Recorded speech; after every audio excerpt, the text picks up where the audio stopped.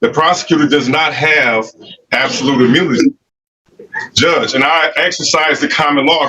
I demand that this case be heard under the common law, Judge. And I ask that this case, I would like again to challenge personal subject matter and territorial jurisdiction, which legally denotes incorporation. Thank you, sir. I'm not the typist around here, sir, so we're going to go with it the way it's spelled. May I please address the court, sir? Sir, I'm sure your counsel would suggest that you not do that, but you have a right to do that if you want to over your counsel's very solid legal advice. Judge, if I may briefly, Mr. McCreary did not want us to represent him.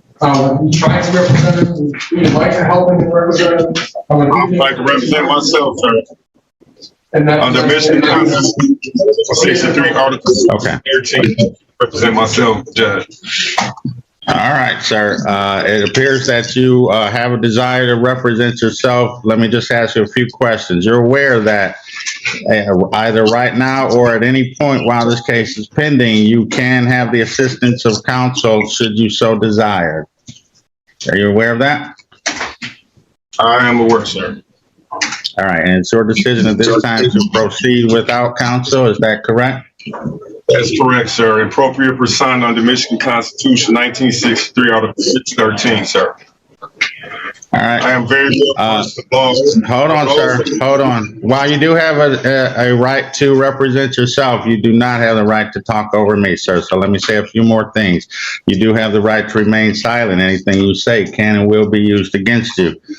You also have the right to an attorney, which we've just discussed. And if you cannot afford an attorney, the court will provide one for you. In fact, we have several attorneys here today who are very capable. Of course, you can turn down that constitutional right, and it appears that that's what you're doing. Let's see. You're charged here with one count of misdemeanor assault or assault and battery. Maximum penalty is 90 days and or $500. And of course, going to enter a not guilty plea on your behalf, sir. We're going to hear a few words from the prosecutor, and then it'll be your opportunity to speak if you so desire. Mr. Prosecutor. Thanks, Your Honor. Again, Steve Vincent on behalf of the people. The complaining witness, Your Honor, in this case is a police officer. Apparently, during prisoner transport, the defendant walked past the police officer who was in and around the area while the defendant was being escorted to the holding cell, and defendant took it upon himself to lean towards the police officer and spit on him. As a result of the defendant's actions, the people will be asking for a $1,000 cash bond. Mr. McCreary, anything you want to say as to bond, sir? I do caution you not to discuss the alleged facts of the case, but it's up to you. Well, I first would like to challenge personal jurisdiction, subject matter jurisdiction, territorial jurisdiction. This is a structural error, Your Honor. Under MCL 767.24, Judge, this statute of limitations has told this is a structural error. This is prosecutorial misconduct under Michigan Rules of Professional Conduct 3.8, sir. I was in the Department of Corrections from, I believe it was I know it was 2002. I was released in August of 16. Paperwork, everything. I've been filing complaints against the prosecutor's office, Kim Worthy, where a judge heard it on appeal, Kirsten Frank Kelly. It's been crimes against me by the prosecutor's office, and I would like to move for a change of venue where it's clearly documented, Your Honor. And the statute of limitations has told, I don't know nothing about this case. Why wasn't I processed or liens checked before I was released from prison? I've been home 6.5 years, Your Honor. This is a crime in violation of misconduct in office, MCL 750.505. Also 18 USC 241, 242 per the federal statute. Embler versus Patchman, the prosecutor does not have absolute immunity. Judge, and I exercise the common law. I demand that this case be heard under the common law, Judge. I've been home 6.5 years. No threat to anyone. I've been working. I have had 5 children since I've been home. I'm a grandfather. I have 2 grandchildren, 1 on the way. And I've been trying my best, and people have been calling, making false complaints on me, and it's well documented. I've tried to press charges, and the prosecutor won't do anything. This is selective prosecution, vindictive prosecution as well. It's all documented, sir. And I asked that this case, I would like again to challenge personal subject matter and territorial jurisdiction. Under MCL 767.24, the statute of limitations have told they have been notified of any pending warrants or anything else while I was incarcerated before I was released. I've been home 6.5 years, haven't been a threat to the community, haven't been a threat to anyone. People have made false complaints on me, and I filed police reports with the Department of Justice, the FBI, the state police, and DPD, the 10th precinct. And it's documented, and they don't want to let me press charges. This is selective prosecution, Judge. So I asked for dismissal. All right, motion to dismiss is denied. I don't have the authority to dismiss the case. The issues you raised, sir, are more properly brought before the judge who's going to hear this case, which will be Judge Bryant, and you can raise those issues at your next hearing. What I will do at this time is set bond as follows. Counsel, what was your request? People were requesting $1,000 of cash as a result of the actions in this case.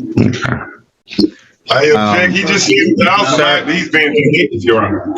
I object. Sir, do you have any financial means with which to post a bond of any type today?